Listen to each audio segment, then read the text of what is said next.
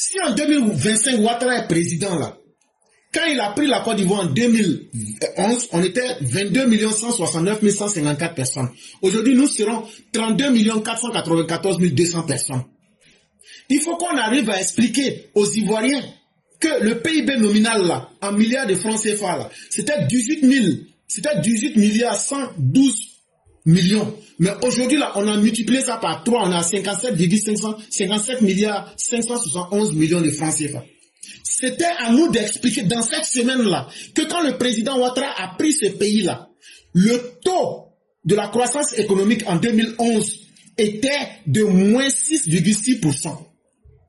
Mais en une seule année, c'est-à-dire de 2011 à 2012, le président Ouattara est quitté de moins 6 pour nous ramener à 8,8% de taux de croissance économique. Et aujourd'hui, nous sommes en 2025, nous sommes à 6,5%. Mais les projections de la Banque mondiale disent que le taux va atteindre 8%. C'était notre rôle durant cette semaine. Notre rôle durant cette semaine-là, c'était d'expliquer aux militants que lorsque on a pris le pays-là, chaque Ivoirien en 2011, dans la production nationale de biens que nous faisons là, si on divisait par an tout le travail qu'on a fait, on met ensemble et puis on divise là, chaque Ivoirien gagnait 817 000 francs CFA. Mais en 2025 là, chaque Ivoirien, quand on met tout ce que la Côte d'Ivoire a réalisé ensemble en une année là, chaque Ivoirien gagne aujourd'hui 1 772 000 francs CFA. Ça veut dire on a triplé le gain en fonction du PIB. Si on devrait diviser ça par chaque Ivoirien, c'était notre rôle. En 2011, l'inflation, c'est-à-dire l'augmentation des prix là, c'était 4,9% en 2011. Mais aujourd'hui là, nous sommes à 3,0%. Et donc ça veut dire aujourd'hui là, la vie n'est pas plus chère que ce qu'elle était en 2011 quand le président Gbagbo laissait le pouvoir. C'était ça notre rôle. C'était notre rôle de venir expliquer avec des documents qui sont à notre appui qu'en 2011 là, le taux de la dette, je dis bien le taux de la dette, c'était de 69% en 2011.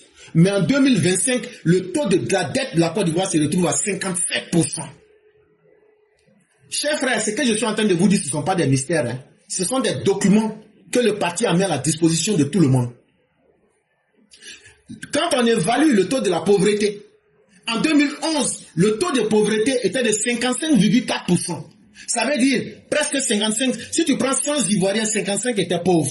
Mais aujourd'hui, on a 37,5%, c'est-à-dire pratiquement 38% des Ivoiriens. Ça veut dire qu'il y a eu une diminution de 14%. Ces 14% en chiffre réel, ça te représente 4 200 000 personnes. On les a sortis de la pauvreté. C'était notre rôle d'expliquer ça pour montrer le travail du président Ouattara. Si on est véritablement des communicants, voilà autant de choses que je suis en train de dire. Ce ne sont pas des choses que j'imagine. C'est des choses qui sont en face et que tout le monde peut dire. Et c'était de venir montrer, est-ce que ce travail-là, les Ivoiriens les ont ressentis dans leur vie? Mais les gens nous ont pris la tête avec ces histoires bêtes pour ne nous parler de rien que d'un sliki pour perdre le temps aux Ivoiriens. Et c'était notre rôle de reprendre vite le contrôle pour expliquer aux Ivoiriens, non, il faut que ça s'arrête. Il faut que ça s'arrête. Maintenant, on va faire la communication du président. On va parler au nom du RHDP. On va montrer la capacité du président Ouattara. En 2011, l'indice CPIA de la Côte d'Ivoire était de 2,8 sur 6.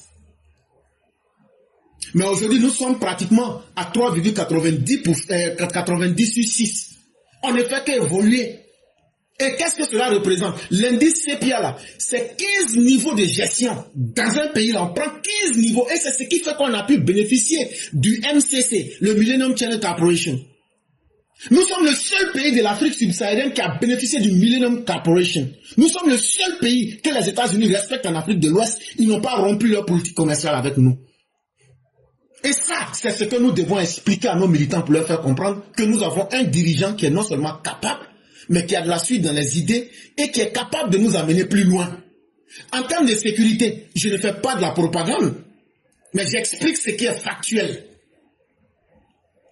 Aujourd'hui, là, nous avons, en 2011, il y avait, en termes de protection des populations, il y avait un gendarme pour 1385 Ivoiriens en 2011. Mais en 2024, en 2024, s'il vous plaît, on a aujourd'hui un gendarme pour 1210 personnes. Ça veut dire quoi? Ça veut dire qu'on est en train de sécuriser au maximum les Ivoiriens. En ce qui concerne les centres de formation militaire, en Côte d'Ivoire, tout Côte d'Ivoire que vous avez vu là, il n'y avait que 4 centres de formation militaire en 2011. Mais aujourd'hui, en 2025, il y a 11 centres de formation militaire.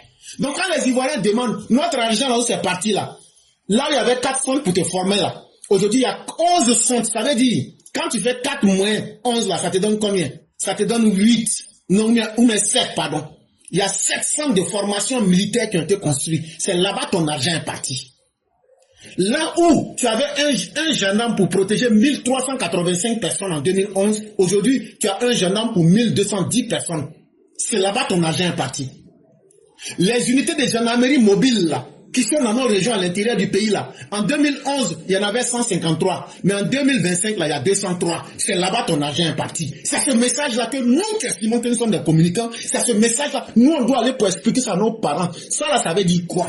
Ça veut dire, quand on te dit qu'on a amélioré ta sécurité là, ça veut dire là où on avait besoin de un gendarme pour protéger 10 personnes là, maintenant là, le gendarme là protège seulement 5 personnes. Donc les gendarmes là, ils ne peuvent pas dire qu'ils ne peuvent pas bien faire leur travail pour vous protéger. C'est ce travail là qu'on devrait faire.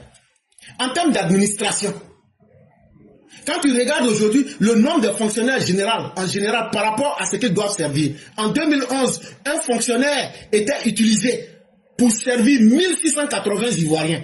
Mais en 2025, là, il faut un fonctionnaire pour 509 personnes. Est-ce que ça, ce n'est pas bien? Quand on vous dit que votre sécurité s'est améliorée, en 2011, l'indice de sécurité était à 6,8%. Mais aujourd'hui, là, on a fait baisser la violence et toute forme de crime. Aujourd'hui, c'est à 1,2%. Quand le président Ouattara prend la Côte d'Ivoire en 2011, il n'y avait aucun centre de protection civile construit. Les enfants microbes là, comment vous vous rendez compte qu'ils ont disparu? Ce n'est pas qu'on les a déjà et on ne les a pas déjà. On ne leur a pas donné poison de souris pour qu'ils disparaissent. On les a pris, on les a envoyés dans des centres de protection. Ce sont des humains. C'est la faute de la société de n'avoir pas pu les encadrer et faire d'eux des humains utiles dans notre société. Mais aujourd'hui là, en 2011, il n'y avait aucun centre pour aider les Ivoiriens qui étaient sortis du circuit social. Mais aujourd'hui, nous avons construit 40. En 2025, nous avons construit 40 centres de protection civile. Vous entendez protection civile? Ça veut dire les enfants en conflit avec la loi. Les enfants qui ne sont pas bien traités. Les enfants que les parents couchent et puis s'en vont jeter là. C'est tout ça qu'on appelle centre de protection civile. Comment on appelle? Les pouponnières, les endroits pour élever les enfants orphelins, les orphelinats, les centres pour rééduquer les jeunes gens. Il n'y en avait rien de 1960 jusqu'en 2011. Mais quand le président Alassane Dramane Ouattara vient, en 15 ans, il a construit 40. C'est là-bas ton argent est parti. Quand on communique comme ça là, qui n'a pas compris? C'est ça qu'on appelle une communication. C'est ça qu'on appelle être utile à sa nation. On n'a pas besoin de chanteurs ici. On n'a pas besoin d'un concert. En termes de protection des populations vis-à-vis de la justice, il y avait combien de départements qui pouvaient trouver un tribunal? En 2011, là, toute la Côte d'Ivoire, là, c'est seulement 38,9% du territoire qui était couvert. Mais aujourd'hui, on a augmenté 41,7% du territoire est couvert. Aujourd'hui, là, les gens disent que la vie est chère. En 2011, là, au temps de Babo, là, si on fait un ratio, là, c'est que tu pouvais dépenser dans un plat dans une journée, là, c'était 1000 francs. Tu ne pouvais pas gagner mieux. Mais aujourd'hui, là, tu peux dépenser 1650 francs si on divise, quand on regarde la ration alimentaire journal. Et ça, c'est pour les prisonniers. Hein. Ça, il faut que je vous précise ça. Faut pas, moi, je n'ai pas parlé de ceux qui travaillent. Hein. Toi, matin, et puis moi, on travaille, et puis c'est 1000 francs, on va manger. Est-ce que ce nom est maudit? Je suis en train de parler des prisonniers. Les Ziggy et puis leur groupe, là. Les garis de Port-Boué, là. Quand on les mettait en prison, là, chaque jour, la ration par jour d'un prisonnier, là, c'était 1000 francs. Maintenant, là, quand Ouattara est venu, là, l'a augmenté, c'est maintenant 1650. C'est là-bas aussi ton argent va. Quand tu n'es pas capable d'éduquer tes enfants et puis tu les envoies en prison et puis nous, on doit les nourrir, là. Babo n'arrivait pas à les nourrir avec plus de 1000 francs par jour. Aujourd'hui, nous, on a ajouté juste à 1650. Est-ce que tu comprends ça?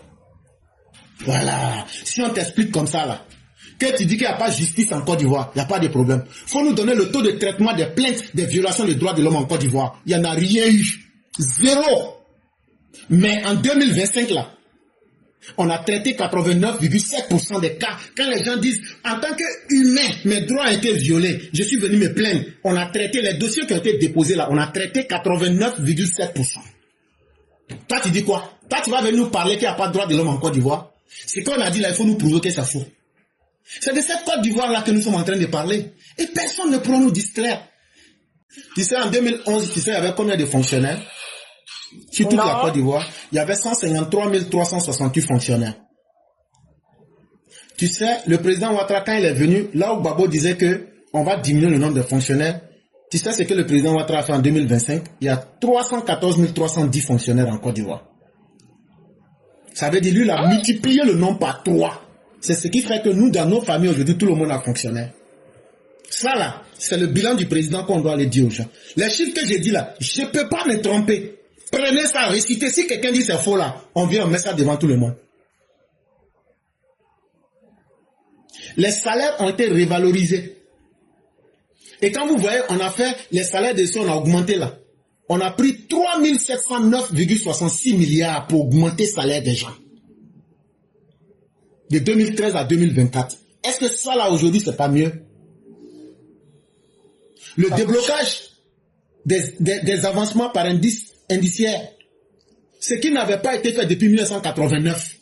Quand le président Ouattara est venu là, il a débloqué 1254,8 milliards de francs CFA pour débloquer les salaires des gens, pour que les salaires deviennent des salaires normaux. Ça là, on doit dire ça aux Ivoiriens. Les primes exceptionnelles qu'on appelle primes ado là, ton salaire là, si tu gagnes 300 francs, on divise par 3. On prend 200 francs, on te donne dessus encore pour ajouter. On appelle ça les primes ado. Ça là, depuis que la Côte d'Ivoire était Côte d'Ivoire de 1960 jusqu'en 2011, ça n'avait jamais existé. Donc si tu me demandes où l'argent là va là, c'est là l'argent on prend pour payer ceux qui travaillent. On a pris pour débloquer leur salaire. On a pris pour recruter. Là où vous, toute la Côte d'Ivoire de Félix Houphouët-Boigny jusqu'à Laurent Gbagbo n'a pu avoir que 153 368 fonctionnaires. Quand Alassane Ouattara vient là, prends ta calculatrice, tu fais 314 310 moins 153 368. Il a triplé le nombre de fonctionnaires en Côte d'Ivoire. C'est là-bas ton argent est parti. C'est ce bilan qu'on doit le faire. Et chacun aujourd'hui a des fonctionnaires dans sa famille. C'est ce qui est important. Le taux de couverture diplomatique en 2011 c'était de 48%. Mais aujourd'hui là, va dans nos ambassades. Presque tout le monde bénéficie de la couverture diplomatique à hauteur de 82,38%. Ça là, tu vas venir me dire quoi? Aujourd'hui, quand on prend le gouvernement là, qu'est-ce qui fait que le monde entier respecte le gouvernement? C'est d'abord ce qu'on appelle la transparence et la bonne gouvernance. Quand tu prends, il y a les indices les plus sérieux aujourd'hui, il y a l'indice Mo Ibrahim. En Afrique là, quand Alassane Ouattara venait là, l'indice Mo Ibrahim là, sur les 54 pays africains, on était 46e avec le temps de Gbagbo. Mais aujourd'hui là, en 2025 là, nous sommes 16e sur 54. Faut faire 16 moins 46. On a gagné 30 points en bonne gestion selon les normes de Mo Ibrahim. C'est ça là qu'on doit expliquer à nos parents. Il y a un autre processus qu'on appelle CEPIA. La note là, c'est de 1 à 6. Autant de Gbagbo là, ils n'ont pas pu obtenir plus de 2,9. Mais aujourd'hui, nous sommes à 3,9 sur 6. Il y a 14 éléments de bonne gouvernance internationale dans le projet CEPIA. Il y a ce qu'on appelle l'organisation Transparency International. En 2011, sur 100 pays, la Côte d'Ivoire était 22e.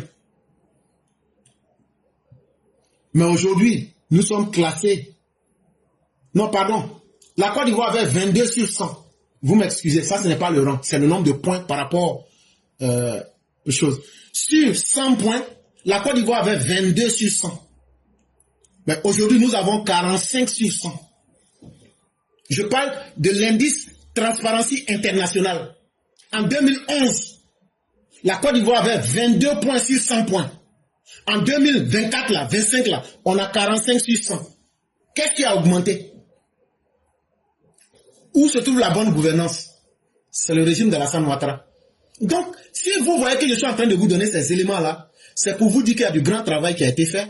Mais les gens veulent nous ramener à des petits débats pour balayer tout ça de la main et puis maintenant essayer de tromper le peuple. Nous, ça nous fait très mal et on ne peut pas accepter ça. Et on ne va jamais l'accepter. Et puis dans le pays là, il n'y a pas quelqu'un qui peut effrayer son ami garçon. Nous tous là, chacun sait comment il est garçon. On m'a dit de venir dire la vérité. Si tu es vraiment garçon là, faut venir là, tu dis la vérité aux Ivoiriens. Et donc là, c'est notre rôle d'aller avec ces éléments de langage pour convaincre nos parents. Ils vont nous poser des questions, on va expliquer. Et puis ils vont nous dire, mais ce que vous dites là, est-ce que nous on voit ça sur le terrain? Et on va leur montrer ça sur le terrain. Je vais toujours continuer à dire à nos parents que le gouvernement du président Ouattara a vraiment travaillé. Le nombre de collèges et de lycées construits par le gouvernement de 1960 à 2011, le gouvernement de Bédié, le gouvernement d'Oufoué et le gouvernement de Laurent Gbagbo n'ont pu construire que 294 lycées et collèges. Mais quand Alassane Ouattara est venu de 2011 à 2024, lui seul, il a construit 608 lycées et collèges. Si tu me demandes, l'argent là, ça va où? C'est là-bas, ça va. L'argent là est quitté où? N'oubliez pas que vous avez l'ancien directeur adjoint du FMI. Sa spécialité là, c'est comment fabriquer l'argent. Il sait comment utiliser l'argent. Donc vous allez dire, wow, comment il a pu faire ça? Parce que c'est un homme qui est à la place qu'il faut et qui sait comment gérer l'argent. Ça veut dire en 51 ans, eux, ils ont pu faire, eux tous, 294 lycées et collèges dans toute Côte d'Ivoire. Mais Alassane Ouattara, lui seul, en 13 ans, il a construit 3 fois ce qu'ils ont fait. Ça là, on doit dire ça à nos parents et puis leur expliquer ça clairement. Les collèges de proximité, ça veut dire les collèges qu'ils ont construits pour rapprocher cela des populations. Ça ne compte pas dans les 608 qu'il a construit là. Il a construit 296 de 2011 à 2024. Dans les écoles primaires là, il y a des écoles là, il y avait classe de CE1, CE2, CP1, CP2, mais il n'y avait pas CM1 puis CM2. Donc ces écoles là, quand on les a repérées là, on a construit 39 448 nouvelles classes pour avoir des écoles réelles et des écoles qui valent la peine de former nos enfants. Il y avait des écoles là, quand tu fais CP1, CP2, CE1, après là on te dit il faut marcher 3 km ou 5 km. Toutes ces écoles ont été repérées. Les classes qui manquaient là, on a construit. C'est ça qui fait 39 448 classes qui ont été construites de 2011 à 2024. Maintenant là, c'est qu'on appelle maternelle là, pour le gouvernement là. On a construit 6899 en 13 ans. Ce qui fait qu'aujourd'hui là, ce n'est plus un luxe d'aller mettre son enfant à la maternelle. Et ça là, c'est le président Ouattara qui a fait ça. Et c'est ça qu'on doit expliquer à nos parents. En ce qui concerne l'enseignement supérieur, ça veut dire l'université et les grandes écoles là.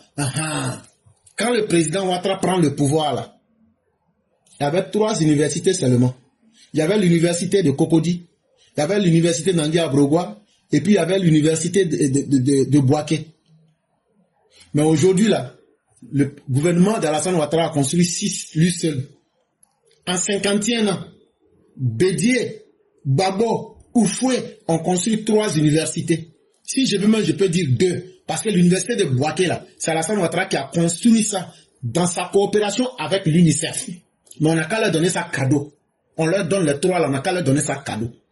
Mais Alassane Ouattara, lui seul là, en 13 ans là, de 2011 à 2024 là, il a construit, lui seul, il a construit 6 nouvelles universités. Il y a la 10e université, comme c'est pas encore fini, on va pas compter ça dedans. C'est ce qui a fait qu'aujourd'hui là, avant là, quand on dit t'es étudiant, on cherchait étudiant. Mais aujourd'hui là, tout le monde peut être étudiant en Côte d'Ivoire. De 1960 jusqu'en 2011 là, le nombre total que les 3 universités pouvaient accueillir là, c'était 66 237 personnes. Mais aujourd'hui là, on peut accueillir plus de 346 786 personnes dans les universités. Parce qu'on est en train de démocratiser le savoir supérieur. On est en train de démocratiser la connaissance scientifique. On est en train de démocratiser la connaissance universitaire pour tout le monde. Est-ce que ça là, c'est pas bon? C'est ce qui fait qu'aujourd'hui, les gens ne peuvent pas aller vous tromper dans vos familles. Ah non, moi je suis docteur. Non, moi là, j'ai ça. Quand tu finis de parler, on te dit ton doctorat là, c'est doctorat volé. C'est doctorat, c'est papier, c'est carton. Voilà la réalité qui est là. Et le docteur prend ses 2 pieds et puis il fuit. Ça là, c'est quand Ouattara a fait ces universités-là que beaucoup d'hommes peuvent aller à l'université, qu'aujourd'hui là, les menteurs qui se disent « moi je suis le fondateur, moi je suis ceci », ça c'était avant. Mais là, Ouattara est venu vous démystifier. Aujourd'hui là, nous sommes dans des universités qui sont équipées et puis on arrive à vous démystifier. Comme de la manière j'ai limé Boga Sako devant vous là. C'est comme ça. C'est les universités de Ouattara qui permettent de faire ça. On met les menteurs en face de leur réalité. En 2011, dans les universités publiques, là, il n'y avait que 1059 enseignants. Je dis bien 1059 enseignants. Mais aujourd'hui, là, en 2025, le président Ouattara a multiplié ce chiffre-là par 5. On a aujourd'hui 6733 enseignants dans les universités publiques de la Côte d'Ivoire. Ça veut dire université, puis, comment on appelle, les grandes écoles. Les bourses qu'on donnait aux étudiants avant. En 2011, là, l'État déboursait 3 milliards 400 millions de francs CFA. Mais en 2025, là, on a multiplié ça par 3. Aujourd'hui, là, on donne 9 milliards 500 millions comme bourse à tous les étudiants. Si on vous explique tout ça, là, c'est pour vous montrer que si tu n'es pas un créateur de richesse, un homme qui a une intelligence, tu ne peux pas faire ça. Et on peut aller encore plus loin. À l'époque de Gbagbo, c'est-à-dire que les emplois formels qui étaient créés, c'était 294 000.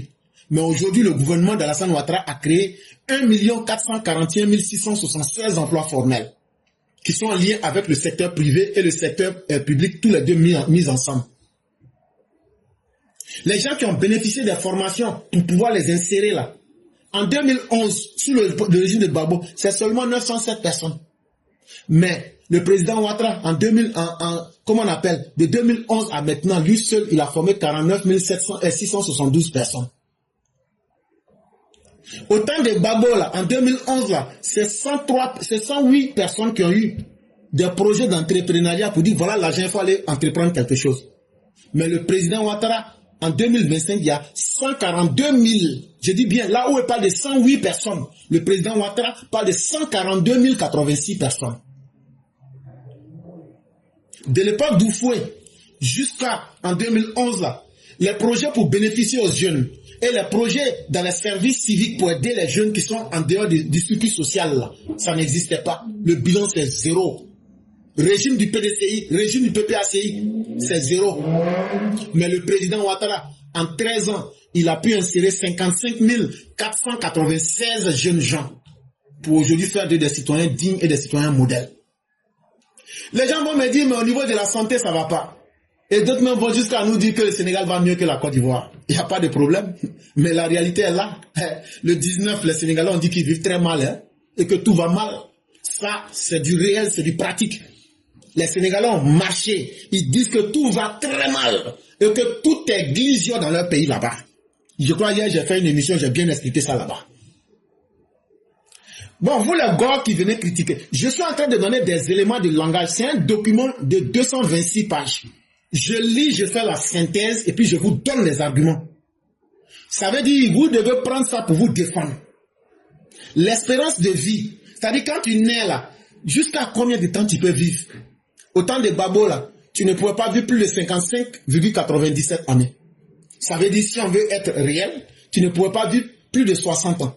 Mais aujourd'hui là, avec Ouattara, l'espérance de vie a augmenté à 62,28. Donc on pourrait dire à 63%. Donc là, même si tu as 3 ans de vie de plus là, toi-même il faut voir. Donc là, ça aussi c'est un avantage. Dans nos hôpitaux là, quand les enfants naissaient là, au temps de Gbagbo là, sur 100 000 cas, sur 100 000 naissances, il y a 614 enfants qui mouraient, les nouveaux-nés là. Mais sous le régime de Ouattara là, on a divisé le taux de mortalité maternelle, on a divisé carrément. Aujourd'hui, c'est 385 pour 100 000 naissances en Côte d'Ivoire. Donc, de quoi est-ce que vous voulez nous parler? C'est très important. En 2011, le taux d'allaitement était de 12% en Côte d'Ivoire. Mais avec les explications et les encouragements, aujourd'hui, ce taux a été multiplié et on se retrouve à 25,3%. En 2011, les enfants On appelle ça la mortalité infantilo-juvénile. Un exemple, le paludisme. Un enfant, si tu as moins de 5 ans, si Djokwadjo t'a attrapé là, Djokwadjo même a un problème d'abord, mais si tu es petit, tu as 5 ans, 2 ans, 4 ans, 3 ans, si Djokwadjo t'a attrapé là, ça là, c'est un vite fait. Et au temps de Gbagbo là, la mortalité infantilo-juvénile était sur chaque 100 personnes, en termes de pourcentage, on était à 108. Mais on a fait baisser de 108, on se retrouve aujourd'hui en 74. Et c'est le travail quand on a construit des dispensaires, quand on a construit des hôpitaux, des CHR pour aider les gens. De 1960 à 2011, la Côte d'Ivoire n'avait jamais connu ce qu'on appelle l'assurance maladie. Pour toutes les populations, jamais. Mais lorsque le président Ouattara vient, en 13 ans, il a mis la CMI en place. Il y a 20 millions, 12 861 personnes qui sont enrôlées dans la CMI. Ça, là, il faut le dire, et c'est important. Au niveau des actions sociales et professionnelles, en 2011, on ne comptait que 1500. Mais aujourd'hui, on a 18 562. Le social, c'est aussi promouvoir les mentalités. Quand, par exemple, en 2011, quand il y avait 7,69% des femmes qui étaient dans le gouvernement, en 2024, nous avons 18,8% de femmes dans le gouvernement. Est-ce que les femmes peuvent dire que leur taux de participation dans les décisions publiques n'a pas augmenté? Quand tu prends les femmes qui sont dans le bureau du Conseil constitutionnel, aujourd'hui, les femmes sont représentées à 42,86%. Et la présidente même du Conseil constitutionnel est une femme. Quand tu prends les femmes qui ont bénéficié des fonds nationaux pour les femmes et le développement, en 2024, il y a 116 650 femmes qui ont bénéficié. On est en train de parler de social, hein, c'est pourquoi je donne d'autres exemples en plus de ce que vous avez dit. Les enfants qui ont été victimes de violences et de négligences, il y a 6 641 qui ont été pris en charge par le gouvernement en 2024. Les enfants orphelins qui ont été pris en charge par le gouvernement en 2024, il y a 177 717. Ça, c'est pas social. Les enfants qui étaient dans la rue, les enfants qui n'arrivaient pas à se nourrir, qui ont été chassés, le gouvernement a pris 28 499 en charge. Ça, là aussi, c'est pas du social. En termes de cohésion sociale, les actions du gouvernement pour aller en aide de façon spontanée aux gens, on a mis 57,95% d'efforts du gouvernement à aider là-bas, pour que les gens puissent s'entendre, pour qu'il y ait la solidarité entre les gens. Les ménages qui sont vulnérables, ça veut dire les familles où les gens n'ont pas les moyens là, les filets sociaux là, quand on a commencé en 2017-2019 là, c'est 9006 familles qu'on a pu aider. Mais entre 2017 et 2024, c'est 77 050 familles qu'on a pu aider. Pour qu'elles puissent ne serait-ce manger et assurer leur dignité. Ça là aussi là, c'est pas du social. Pour lutter contre la pauvreté et puis l'exclusion sociale, qu'est-ce qu'on a fait? On a amélioré les transferts monétaires. On a facilité. Aujourd'hui, il y a 457 000 familles qui en ont bénéficié. Les filets sociaux dont je vous parle là, ménage vulnérable n'est pas filets sociaux. Ménage vulnérable, ça veut dire, on regarde quelqu'un là, quand on a fini les recensements là, on voit il y a des familles, ça va pas du tout. Et qu'est-ce qu'on va faire? On vient, on vous dit, bon voilà un peu, prenez, vous allez vous aider avec ça. Ça n'a rien à voir avec les filets sociaux. Ça là, on a aidé 77 050 familles entre 2017 et 2024. Mais en ce qui concerne les ménages sociaux là, les filets sociaux, de mars 2017 à aujourd'hui 2025 là, on a utilisé 140 milliards 179 millions pour aider les familles. Même si on dit que l'argent là, on a jeté à la fenêtre là, oui, c'est dans la poche et puis dans la bouche des Ivoiriens, on a jeté l'argent là et on est fiers de ça. Et qui a fait ça avant nous? Tout ce que j'ai dit là, qui a pu faire ça avant nous? Les logements sociaux là, on a construit 42 000 logements entre 2011 et 2025. 42 000 maisons qui ont été construites. Dans chaque famille, si on prend une famille de 5 personnes, il faut multiplier 42 000. Papa, maman et puis 3 enfants. Chacun est dans sa propre maison. Ça là, c'est pas mieux. Si les opposants vous disent, mais en termes de logement, qu'est-ce que le gouvernement a fait? Vous leur dites que le gouvernement a construit 42 000 logements. Ça veut dire 42 000 familles ont pu être logées. Ça là, c'est un bénéfice social. Donc, vous voyez que ce n'est pas difficile pour nous de prouver ce que nous avons fait en termes de social. C'est parce que les gens ne connaissent pas et on ne prend pas le temps de leur expliquer qu'ils veulent venir sur ce terrain. Mais on est vraiment prêt maintenant pour expliquer comme il se doit. En 2011, là, la production vivrière totale en Côte d'Ivoire, là où elle produisait 11 459 419 tonnes, quand on est venu, on a multiplié ça par 2 en 2024. On a fait aujourd'hui 23 654 675 tonnes.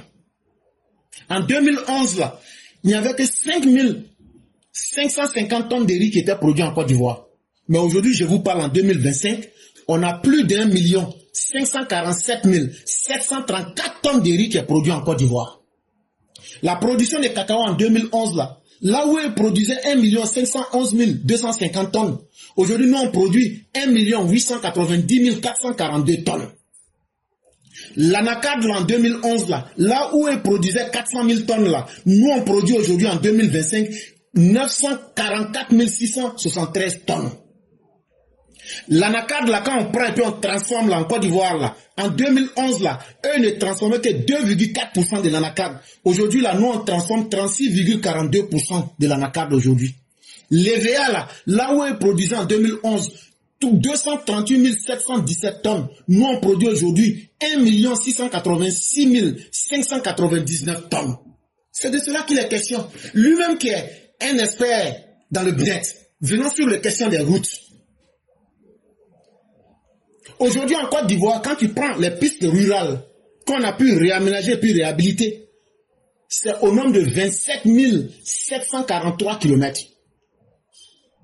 Là où en 2011, les certificats fonciers, eux ne délivraient que 188 par an. Nous on délivre 61 353 par an. De quoi les gens veulent nous parler? Si on revient pour dire en termes d'aide des populations, en termes de production de viande, là où elles produisaient 42%, nous, en 2024-25, on produit aujourd'hui 49%. En 2011, là où elle produisait tout ce qu'on appelle les produits de la mer, là où elle produisait 55 864 tonnes, aujourd'hui nous on produit 95 882 tonnes.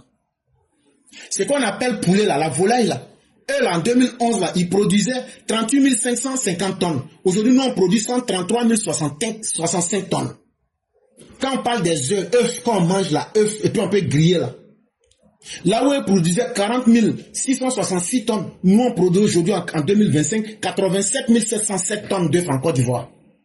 Donc quand tu regardes des gens comme ça, ce que je dis là, je veux que quelqu'un vienne dire que c'est faux. Nous sommes très concrets et nous savons où nous allons. Et pour nous c'est ça le plus important. Nous sommes plus concrets que n'importe quel gouvernement et on doit nous féliciter pour cela parce que nos actes sont concrets et sont vérifiables.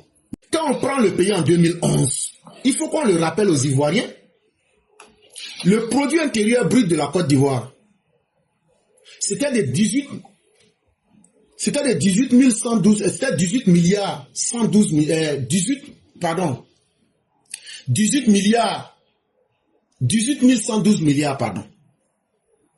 Je dis bien 18 112 milliards.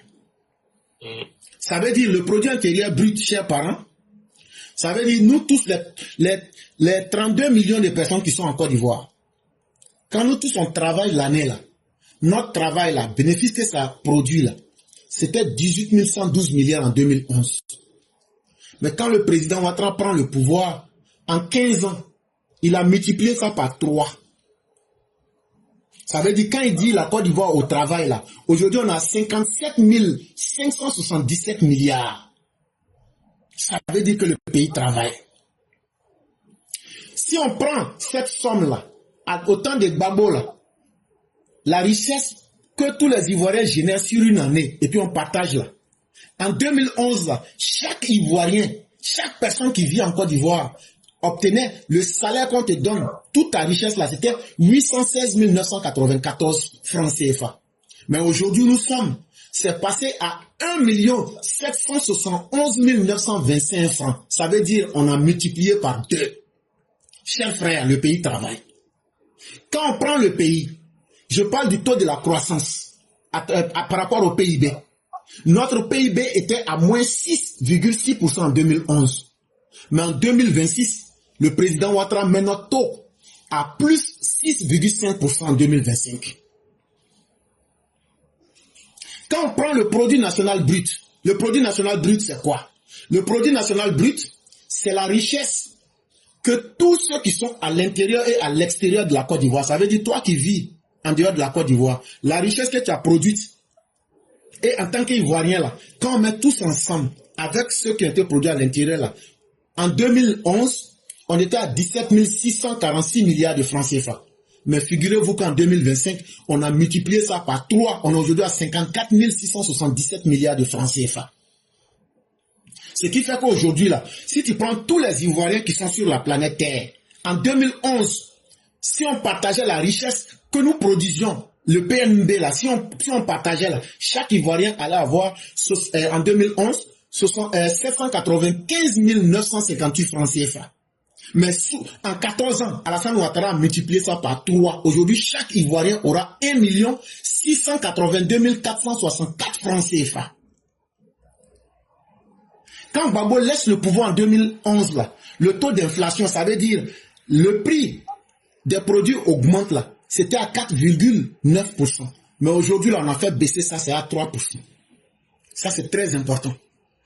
En termes d'investissement, ça veut dire les IDE, ça veut dire les investissements directs étrangers. Ça veut dire les partenaires internationaux qui viennent investir en Côte d'Ivoire. En 2011, là, c'était de 135,1 milliards de francs CFA. Mais aujourd'hui, nous sommes à 2242 milliards 600 millions de francs CFA. Les recettes d'impôts qu'on retrouvait dans les poches de Gbagbo et puis de sa famille, là. Quand on dit que la Côte d'Ivoire, on peut arranger le pays, et puis ils ont refusé d'arranger le pays, là. En 2011, là, Gbagbo et son clan, chaque année, ils récoltaient, jusqu'en 2011, 840,6 milliards de francs CFA. Chers frères, les impôts de tes parents et de mes parents, là, ils récoltaient dans nos poches 840 milliards 600 millions de francs CFA. Mais ils n'ont pas construit l'université, ils n'ont pas construit l'école, ils n'ont pas construit ce dessin, ils n'ont rien fait. Mais aujourd'hui, en 2025, nous arrivons à récolter 4 880 milliards 200 millions de francs CFA. Et c'est ce qui nous permet en partie de faire les miracles aujourd'hui que nous sommes en train de faire. À l'époque de Gbagbo, les douaniers, jusqu'en 2011, chaque année, ils arrivaient à récupérer 469,5 milliards de francs CFA. Mais ils n'ont rien fait pour les Ivoiriens. Aujourd'hui, là, le gouvernement d'Alassane Ouattara génère dans les taxes douanières plus de 3 281 milliards 200 millions de francs CFA et ça permet de faire évoluer le pays. Au temps de Gbagbo, là, il y a 19,5% des Ivoiriens qui étaient seulement bancarisés, c'est-à-dire qui avaient un compte en banque.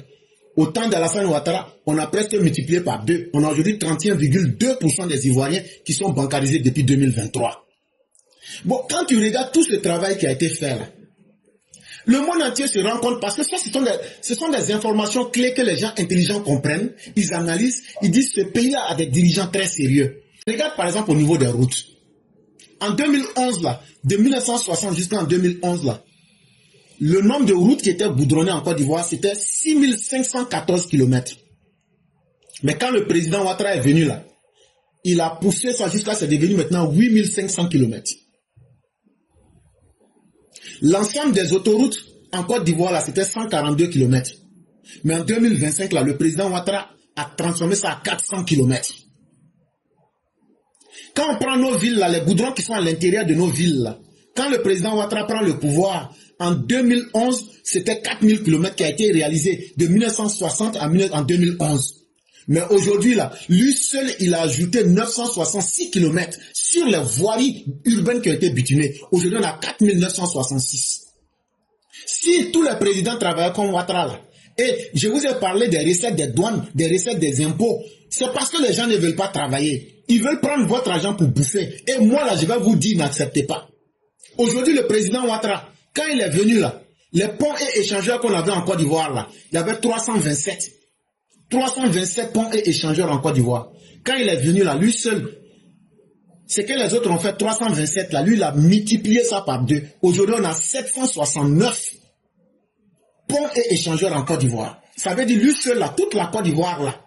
Le travail qui a été fait en 50e de 1960 à 1960 à 2011 là, Bédié, Gbagbo, Oufoué là, ce que eux ont fait là. Ouattara a travaillé 3 fois. Ça veut dire son un mandat là, c'est plus que 10 ans de chacune de ces personnes. Et les gens veulent qu'on s'amuse avec ça.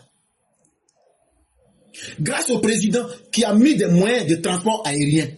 Aujourd'hui en Côte d'Ivoire, l'aéroport Félix Houphouët-Boigny là, en 2011 là, on n'avait pas de grands moyens.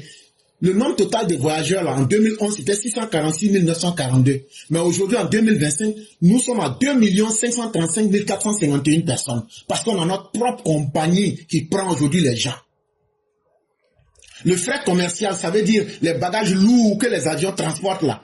Au temps de Gbagbo là, c'était 13 401 tonnes. Mais aujourd'hui, nous sommes à 32 559 tonnes.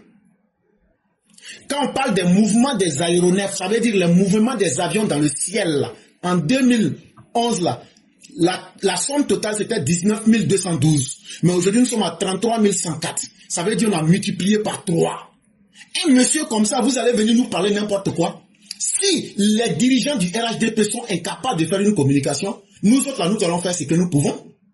Aujourd'hui, quand on regarde le trafic de Air Côte d'Ivoire, en 2011, le trafic d'Air Côte d'Ivoire par passager, c'était 448 989 personnes. Mais aujourd'hui, nous sommes à 777 915 personnes. Ça veut dire que la Côte d'Ivoire est un pays qui se porte bien. Et parce que d'abord, il y a la sécurité. Parce qu'il y a des dirigeants qui réfléchissent. Le port autonome d'Abidjan, le trafic des marchandises. Là où en 2011, c'était seulement de 16 642 542 tonnes. Aujourd'hui, là, on a multiplié ça par 3. On se retrouve à 40 millions de tonnes, 40 102 908 tonnes. Les conteneurs que vous voyez qui vont à Abidjan, là, en 2011, c'est 546 417 conteneurs toute l'année. Mais aujourd'hui, on compte 1 646 304 conteneurs qui vont à Abidjan, au port d'Abidjan. Quand on prend le port autonome de San Pedro, le trafic de marchandises là-bas, en 2011, c'était 1 805 136 tonnes. Mais aujourd'hui, on a multiplié ça par 7. Ça fait maintenant 7 401 713 tonnes. C'est ce que nous devons raconter aux Ivoiriens. En termes de transport sur les eaux, on va appeler ça les transports par les bateaux, bus et autres. En 2011, toute l'année, là où on transportait 5 333 000 personnes, aujourd'hui, on arrive à transporter 12 50 000 personnes 465. Chers frères, c'est de cette Côte d'Ivoire-là que nous sommes en train de parler. Et ce que je dis là, si vous ciblez un domaine, vous partez voir et vous nous dites que ça n'a pas marché, c'est là que nous on attend les gens.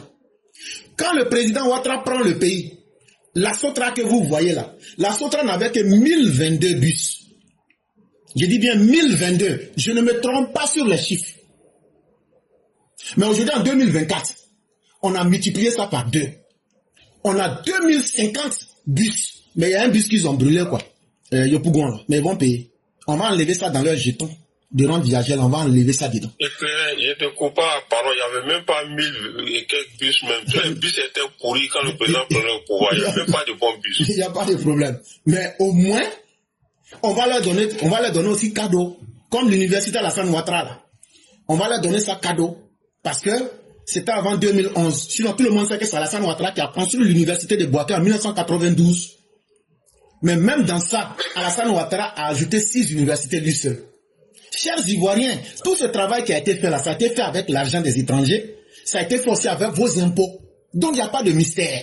Et c'est à nous de venir vous expliquer ça. Aujourd'hui, on a multiplié le nombre de bus à 2050 pour faciliter la vie à nos populations. En 2011, il n'y avait que 83 lignes. Mais aujourd'hui, quand j'inclus toutes les villes où on retrouve le truc, les bus, on a aujourd'hui passé de 83 lignes à 139 lignes en 2024. En 2011, où eux, ils étaient simplement capables de transporter 103 millions 639 000 personnes. Aujourd'hui, là, quand on fait le transport cumulé des personnes qui utilisent le bus, c'est 295 406 936. Parce que quand les gens payent les billets, c'est des choses qu'on peut vérifier, compter et puis savoir. Et c'est du réel. À part Abidjan, là, il n'y avait pas de bus quelque part d'autre. Tout le monde est au courant de ça. Mais aujourd'hui, il y a bus à Boaké. Aujourd'hui, il y a bus à Krogo. Aujourd'hui, il y a bus à San Pedro. Aujourd'hui, il y a bus à Yamoussoukro. Et dans chacune de ces villes-là, on a mis 133 bus. Ça, là, ce que j'ai dit, là, tu peux ne pas aimer, ça peut te faire mal. C'est ton problème. Mais moi, je vais dire ça. Maintenant, là, ce que tu peux faire, là, il faut aller vérifier. Soit tu dis, l'information que tu as donnée, là, c'est faux. Et puis maintenant, on va discuter. Je vais te donner les détails à la petite cuillère.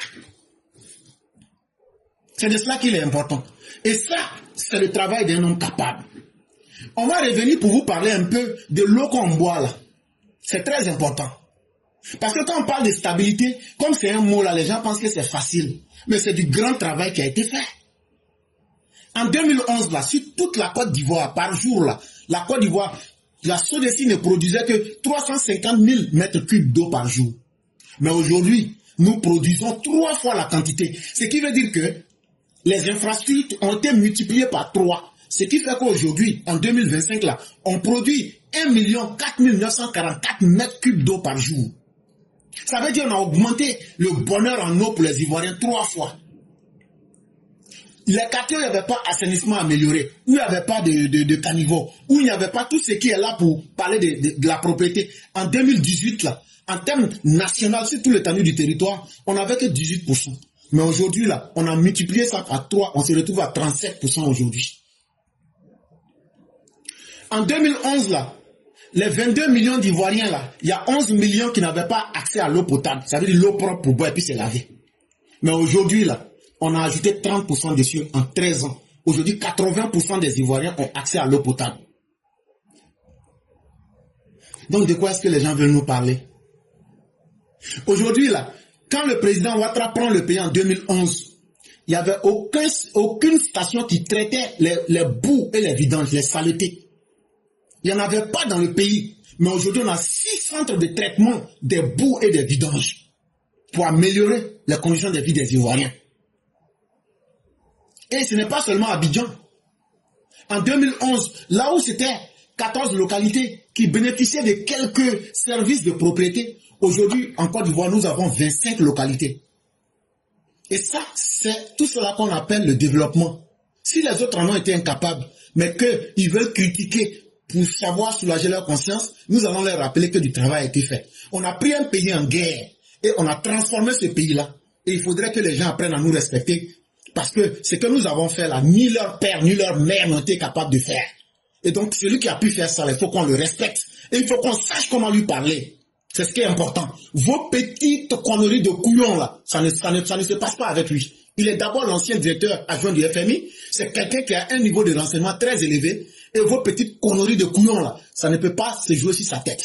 Et ça, il faut qu'on vous le dise. Il connaît mieux le monde que vous. Il sait comment négocier. Et il a rendu son pays un hub, un centre pour attirer les investisseurs, pour attirer... Et il a rebâti la confiance du monde entier vers la Côte d'Ivoire. Et c'est ce que les gens regardent pour dire, vous ferez mieux de laisser ce bonheur à la tête de votre pays plutôt que de faire du bavardage inutile. Chers partisans du président Ouattara et chers Ivoiriens, si quelqu'un vous demande, Ouattara n'a pas travaillé là, il faut lui dire que est-ce que la télévision qu'il regarde là, quand il regarde la qualité de l'image là, est-ce que la qualité de l'image n'est pas meilleure? Aujourd'hui, la télévision que tu vois là, avant 2011 là, on n'avait pas le TNT. Mais quand le TNT est venu là, en 13 ans, c'est-à-dire de 2011 à 2024 là, on a couvert le territoire national avec ça à hauteur de 96%. C'est ce qui fait qu'aujourd'hui, là, ta télévision, là, tu vois les images, là, c'est bien, c'est de bonne qualité. Donc, tu ne peux pas te tromper pour dire j'ai mal vu quelqu'un. Ça veut dire, en termes même de communication, là, même la qualité de l'image a évolué. Ça, là, depuis 1960 jusqu'en 2011, là, il n'y avait pas un garçon qui avait pu faire ça. C'est Alassane Ouattara qui est venu faire ça. Ça fait 1. Pays, là, de 1960 jusqu'en 2011, là, RTI 1 et puis 2, là, que tout le monde connaît, là, c'est 60% du territoire qui était couvert. Il y avait 40% du territoire, eux n'avaient même pas RTI. Mais avec le président Ouattara, là, lui, il a couvert le territoire à hauteur de 96%. Ça veut dire qu'il est venu, en 13 ans, là, il a ajouté 36% dessus. Aujourd'hui, là, c'est seulement 4% de la population ivoirienne qui n'ont pas encore accès totalement à la RTI 1 et 2. Bon, maintenant, en termes de communication, en 2011, il y a le classement mondial des RSF, Reporters sans frontières, la liberté de la presse, la protection des journalistes, la protection de ceux qui sont des personnes qui veulent s'informer là. En 2013 là, ceux qui disent qu'il n'y a pas de liberté en Côte d'Ivoire, allez demander aux journalistes comment vous vous sentez aujourd'hui. En 2011 là, la Côte d'Ivoire était classée 159e. Mais aujourd'hui en 2025 là, on est classé 64e. Ça là, c'est une évolution légendaire, spectaculaire dans le positif. Je vous ai parlé de TNT. On a couvert ça à 96%. Mais maintenant, on est passé encore à une autre technologie qu'on appelle la haute définition. Ça veut dire les chaînes nationales en Côte d'Ivoire là. Quand toi tu es là, la télévision que tu regardes là, la RTI 1, la RTI 2 et puis la LA3, c'est-à-dire eux aujourd'hui sont à la haute définition. Et c'est le pays qui est couvert à 100%. Alors qu'en 2011, on avait 0%. Ça veut dire même en qualité de l'information, on a amélioré ça. Je vais te Internet que tu prends et puis maintenant les gens deviennent maintenant voyous. Ouattara, tu vois non? Et avec ses narines, on dirait narines de facochère. Je suis dans mon champ de cacao. Toi, Ouattara, là, c'est comme ça, là. C'est Internet. C'est ça qui fait que tu arrives à voir. En 2011, là, il n'y avait que 2% sur chaque Ivoirien. Quand tu prends 100 Ivoiriens, là, c'est 2 personnes qui avaient Internet au temps de Babo, en 2011. Mais aujourd'hui, au temps de Ouattara, là, c'est 40,7%. Presque la moitié des Ivoiriens aujourd'hui qui ont accès à l'Internet. Maintenant, les téléphones portables, les téléphones qu'on a dans nos poches, là, c'est ça qu'on appelle les téléphones mobiles. En 2011, là, c'est 75% des Ivoiriens qui avaient accès à cela. Mais aujourd'hui, on a 185%.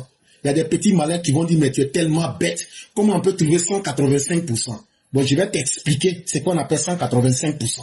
185%, ça veut dire, si on prend chaque Ivoirien et qu'on considère que chaque Ivoirien a un téléphone, ça fait 100%. Or, chaque Ivoirien n'a pas un téléphone. Comment on peut trouver 100% jusqu'à aller trouver 185%? C'est ça, moi, mon rôle de t'expliquer pour te rendre moins bête dans la vie. Il y a des gens là, ils ont 4 téléphones. Il y a combien de compagnies de téléphonie mobile en Côte d'Ivoire? Il y a Orange, il y a MTN, il y a Move, il y a tout ce que tu veux. Il y a des gens là, leur travail leur permet d'avoir jusqu'à 5-6 téléphones. Et ils ont tous les réseaux. Et donc, ils veulent être efficaces dans leur travail. Donc là, une personne qui a 4 téléphones là, imagine-toi, il y a combien de personnes qui ont 4 téléphones? C'est ce qui fait que le taux. Maintenant, imagine, moi là, je ne vis pas en Côte d'Ivoire. Mais quand je vais en Côte d'Ivoire, j'utilise une puce. Mais je suis en dehors, je vis plus aux États-Unis. Tout ça là, puisque c'est une puce ivoirienne, on compte dedans. C'est ce qui a fait que c'est devenu 185%. Est-ce que tu as compris? Donc là, c'est important de comprendre dans la vie, c'est très important. Maintenant là, en Côte d'Ivoire, en 2011, au temps de Babo là, c'est seulement 200 000 personnes qui étaient abonnées. Et vous voyez que les chiffres tombent quand je parle du taux de pénétration d'Internet. Ceux qui étaient abonnés à Internet, c'était 200 000 personnes sur toute la population, alors que la population était 22 millions à cette époque. Mais aujourd'hui, là, c'est 34 503 317 personnes qui sont abonnées à Internet. Ah, mais comment se fait-il que la population ivoirienne, tu as dit ici que c'était 32 millions, comment se fait-il que c'est 34 millions de personnes qui sont abonnées? Ah, c'est parce que tu ne réfléchis pas. Je suis en train de te parler en termes d'abonnement. Quand moi je suis à Abidjan, là, je suis abonné à tous les réseaux. Moi seul, là, j'ai 3 différents réseaux. Si un ne marche pas, là, je prends l'autre. Si un ne marche pas, je prends l'autre. Donc moi seul, là, je suis abonné à 3. Ça, c'est une personne. Maintenant, imagine-toi une compagnie. Tu penses qu'eux vont s'abonner à une seule agence et puis maintenant, on va venir bloquer leur travail. Donc, il faut réfléchir un peu. C'est pourquoi le nombre est monté comme ça. Parce que les gens sont en train de connaître les bénéfices de la technologie. Ceux qui se sont abonnés au téléphone mobile, là, ça veut dire en Côte d'Ivoire, en 2011, là, sur les 22 millions, c'est seulement 16 700 000 personnes qui avaient un téléphone en Côte d'Ivoire. Mais aujourd'hui, là, on a 60 359 852 personnes. Ce sont des choses techniques qu'on dit pour les gens intelligents. Tu vas me demander, mais pourquoi les gens ont le double de la population? Mais si chaque personne a un téléphone, ou même si d'autres personnes ont 3 téléphones, si tu as 3 puces, et que tu veux mettre chaque puce dans un téléphone, donc le nombre va tripler. C'est pour les gens intelligents que nous parlons. Au temps de Babo, là, il n'y avait pas fibre optique au pays. Fibre optique, là, ça permet de faire passer l'information vite et rapidement et correctement. la fibre optique pour l'Internet. Bon, aujourd'hui, là, le régime Ouattara, en 13 ans, ils ont installé 31 604 km de fibre optique à travers le pays. Maintenant, l'Internet, là, quel est son bénéfice dans l'économie ivoirienne? L'Internet seulement, là, son bénéfice sur le PIB ivoirien, c'est 2% en 2011. Seulement 2% en 2011. Mais aujourd'hui, là, en 2024, là, on est entre 4 et 5%. Ça veut dire qu'on a presque triplé l'importance de l'économie numérique dans le produit intérieur brut en Côte d'Ivoire. C'est très important. Les personnes qui sont encore liées au téléphone fixe, téléphone qui sont courou, et puis tu prends là. Aujourd'hui, là, ce n'est que 244 465 personnes en Côte d'Ivoire. Et quand tu remarques ceux qui se sont abonnés aux opérations mobiles qu'on appelle Orange Money, MTN Money, Move Money, c'est 27 713 683 personnes. Et ceux qui sont abonnés à l'Internet fixe, c'est-à-dire chez eux à la maison, là, c'est 528 448 personnes. Et quand tu regardes ceux qui sont abonnés à l'Internet, mais à partir de leur téléphone, qu'on appelle Internet mobile, là, c'est 35 405 115 personnes. Voilà ce qu'on appelle une économie dynamique. Ça veut dire ici que les Ivoiriens commencent aujourd'hui à connaître l'importance du numérique dans leur vie. Ça veut dire que leur mode de consommation de l'information est en train de changer. Ça veut dire qu'ils sont en train de s'adapter aux outils modernes de communication parce qu'ils connaissent aujourd'hui l'importance. Là où on ne leur offrait pas tout ça. Et le chiffre ne fait que croître. Et c'est ça qui est important et que nous devrons aussi expliquer aux uns et aux autres pour dire que la Côte d'Ivoire vient de loin. Et aujourd'hui, nous avons quelque chose que beaucoup de personnes ne savent pas. Mais la Côte d'Ivoire est l'un des rares pays à posséder des supercalculateurs. Et aujourd'hui, dans nos technologies, je n'aimerais pas évoquer les différents domaines, mais on utilise l'intelligence artificielle à un niveau que vous ne pouvez pas imaginer. Et certains pourront comprendre de quoi je suis en train de parler. Et c'est ça qui est important. Comment on crée de la richesse et on prend cette richesse-là pour augmenter la qualité de vie des Ivoiriens. Quand le président Ouattara prenait le pays, là, en 2011, lui seul, entre 2011 et 2024, le président seul a construit ou réhabilité 8 stades. À travers la canne, là, vous pouvez aller voir et puis vous comptez. Les terrains de proximité qui ont été aménagés, là, c'est 70 entre 2011 et 2024. Les centres régionaux pour faire le sport qui ont été réhabilités, c'est 6. Et les clubs et les associations sportives qui ont été homologués, c'est plus 30% par rapport à 2011. Et là, je vous parle de 2024. Les entraîneurs et les encadreurs qui ont été formés aux normes internationales,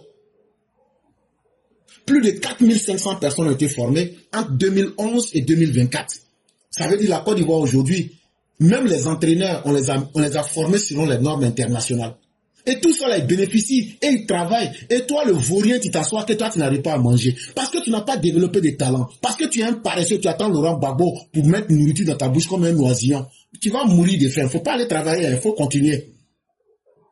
Les gens qui chantent là, même les gens qui chantent Bourida là, où il y a un artiste qui est parti et puis on lui a dit, ton Bourida ou la chanson que tu as fait là, et puis tu n'as rien gagné là.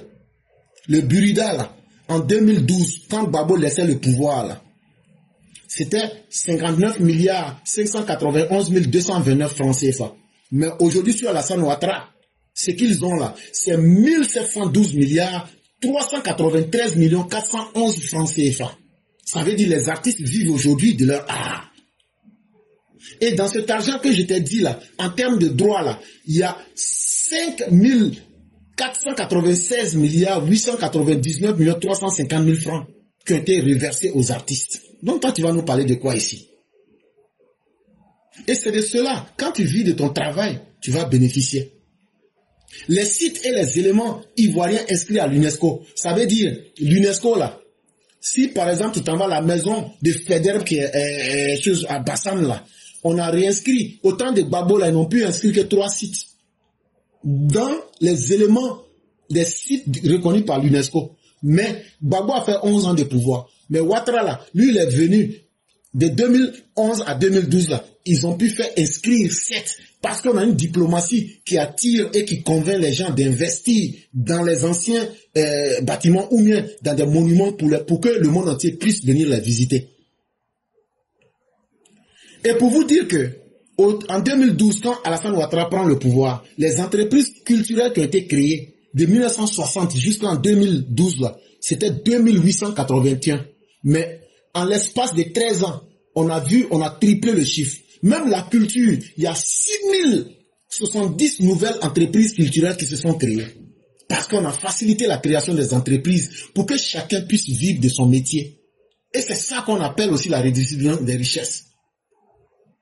Et laissez-moi vous parler des fonds de soutien à la culture et à la création artistique. Ça veut dire, le gouvernement même là, lui-même il met un fonds. Tous ceux qui peuvent créer des choses artistiques ou même qui peuvent être des créateurs artistiques ou culturels là où Gbagbo en 2011 ne mettait que 2,2 milliards 300 millions, aujourd'hui le gouvernement met 10 milliards à la disposition de tous ceux qui peuvent soutenir la culture, de tous ceux qui peuvent faire des créations artistiques. Et aujourd'hui, ça fait que les entreprises qui font aujourd'hui de l'art et de la culture, de 2012, où on était à 112,67 milliards, on se retrouve aujourd'hui à 171,18 milliards de francs CFA en 2025. Et c'est ça qui est important. Et ça fait que ça attire beaucoup les touristes dans le pays. Vous voyez combien de fois on est cohérent et notre politique là, nous l'expliquons tranquillement et les gens comprennent. Parce que c'est un travail qui est fait. Tout ce que je vous ai dit dans le monde de l'art là, ça attire les gens, ça crée les loisirs. Si tu n'es pas content là, tu t'en vas même la forêt du Banco là, où on lavait les habits, les Aoussa et autres là, et puis salissait notre eau là. On a rendu ça zo. Moi, quand j'étais là-bas à Mela, j'ai regretté. J'ai dit comment je n'ai pas su et puis je ne suis pas venu ici là. Mais la prochaine fois là, je vais aller gâter le coin là-bas. Ne vous inquiétez pas, je prends tout le coin en compte. Mais aujourd'hui, quand on regarde le tourisme et les loisirs, ça veut dire se faire plaisir. En 2024 simplement, il y a 6 300 000 personnes qui ont visité la Côte d'Ivoire. Ça dit Côte d'Ivoire, j'entends parler là, c'est comment ils sont allés visiter 6 300 000 personnes. C'est quel pays? Ceux-là, quand ils sont venus, ils ont payé hôtel. Quand ils sont venus, ils ont payé transport. Quand ils sont venus, ils ont payé nourriture. Quand ils sont venus, là, ils ont fait des dons, ils ont fait des dépenses. C'est combien de milliards qui sont rentrés dans notre économie? C'est ça que les hommes intelligents regardent. Quand toi-même avant tu partais à l'aéroport là, quand tu vois les hôtels comme Radisson Blu ou autre, toi tu es tellement misérable, tu es resté dans les agoras là, même aller dormir dans 5 étoiles tu n'as jamais fait. Toi-même là, ta vie est tellement maudite, le plaisir que tes grands-parents n'ont pas connu là, toi tu as vendu ta vie à Laurent Gbagbo dans la secte des PPHiens, des Gorpions, tu ne sais même pas ce que c'est qu'on appelle le plaisir, tu n'as même pas mangé des plats exotiques. Mais frère, on peut te libérer. Entre 2011 et 2024, là, on vient de construire 1067 hôtels de haut standing. Pardon, faut pas mourir si tu n'es pas allé dormir là-bas un jour. Sinon ta vie, là, ça serait une malédiction. C'est de ça qu'on est en train de vous parler. On a créé les conditions et les emplois qui ont été créés dans le domaine du tourisme et des loisirs. Entre 2018 et 2024, c'est 625 689 emplois qui ont été créés. Donc de quoi est-ce que vous voulez nous parler? C'est ça la Côte d'Ivoire du président Ouattara. Et c'est ça que les gens regardent, ils vous disent ce pays a vraiment évolué et il faut respecter les dirigeants de ce pays-là. Et c'est pourquoi il y a des résultats pratiques qui sont là. C'est ce que je vous dis. Si quelqu'un veut s'amuser, dites-lui, on ne peut pas accueillir la meilleure des camps qui n'ait jamais été organisée en Afrique si on n'a pas ce qu'il faut. Et c'est ce qui nous a permis d'avoir toutes ces infrastructures. Quand des gens viennent dire, pourquoi il a mis 1000 milliards dans la canne là? Mais les 1000 milliards là, c'est ce qui nous a donné aujourd'hui des stades qui répondent aux normes internationales. C'est ça qui nous a donné la capacité d'accueillir des grands événements. Ça fait aujourd'hui que la Côte d'Ivoire n'a plus de problème pour dire quand ils vont venir ici, là, comment on va faire pour les recevoir. Parce que la Côte d'Ivoire aujourd'hui répond à toutes les normes internationales. Et donc, c'était l'analyse que je faisais sur les 226 pages. Je viens de finir le travail, je vous dis merci. Et peut-être s'il y a des gens qui ont des questions. En tout cas, je viens de finir mon travail, je vais mettre ça à la disposition des gens plus tard. Merci beaucoup. Quels sont les enjeux sur lesquels on doit plus se concentrer pour les 5 années à venir pour le projet du président? C'est qu'ils l'ont pas encore publié là, mais selon lui, quels pourraient être les grands pans et puis sur lesquels on doit se focaliser. Ça veut dire les choses à améliorer, les choses qui n'ont pas pu faire, peut-être qui n'ont pas été totalement faites depuis 15 ans. Ok. C'est ça ma question. Merci beaucoup, M. Diev. Et selon moi, les projets qu'il faut améliorer, on aura forcément la justice. Parce que nous tous, on se plaint qu'il n'y a pas de justice en Côte d'Ivoire. Donc maintenant, là, vous êtes en train de voir tout ce qui concerne la justice, le gouvernement est en train d'aiguiser, que ce soit au niveau national et international. La question, il ne faut pas que quelqu'un parmi nous va venir se plaindre un jour. Hein. C'est nous tous, on a demandé. Dans une émission, des opposants ont dit à Mamadou Touré qu'il n'y a pas de justice en Côte d'Ivoire. Moi et puis mon groupe, là, on se promène partout, il n'y a pas de justice, il n'y a pas de justice. Maintenant que le procureur sort, il nous explique tout là. Quand ils vont commencer, là, il ne faut pas que quelqu'un va se plaindre. C'est un avant-goût. Ça veut dire justice, ça là. On va faire jusqu'à nous, on va être fatigué dedans. Donc là, ça va faire partie du programme du président. On pleure pas ici, hein. Justement. On ne pleurera pas. Et donc, parce que la justice, c'est ce qui construit aussi l'homme intérieur. C'est-à-dire la carapace morale. Et ça, là, ça nous a manqué pendant 13 ans dans la gestion du président Ouattara. Et les gens ont pensé que certains politiciens, qu'on pouvait utiliser le manteau des politiciens pour faire de la fourberie, du banditisme. On peut commettre n'importe quoi. Et dès qu'on veut les mettre en face de la justice, non, faisons des dialogues. Ça, c'est terminé. C'est que chacun est responsable des actes qu'il pose.